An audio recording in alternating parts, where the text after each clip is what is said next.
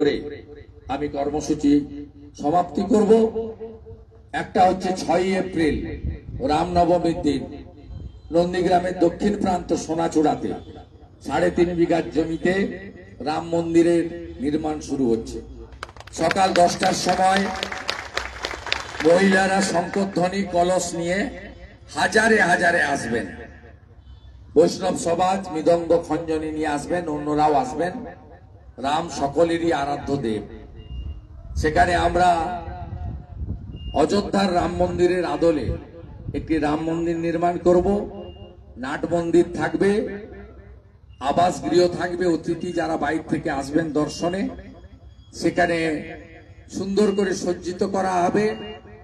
একটি সেখানে আধ্যাত্মিক পরিবেশ তৈরি করা হবে।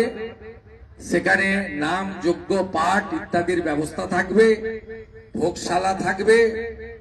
সাথে সাথে জনসাধারণের জন্য একটি হোমিওপ্যাথিক, একটি আয়ুর্বেদিক ডিসপেন্সারি এবং ডাক্তাররাও বসবেন ছুটির দিন বাদ দিয়ে প্রত্যেক দিন।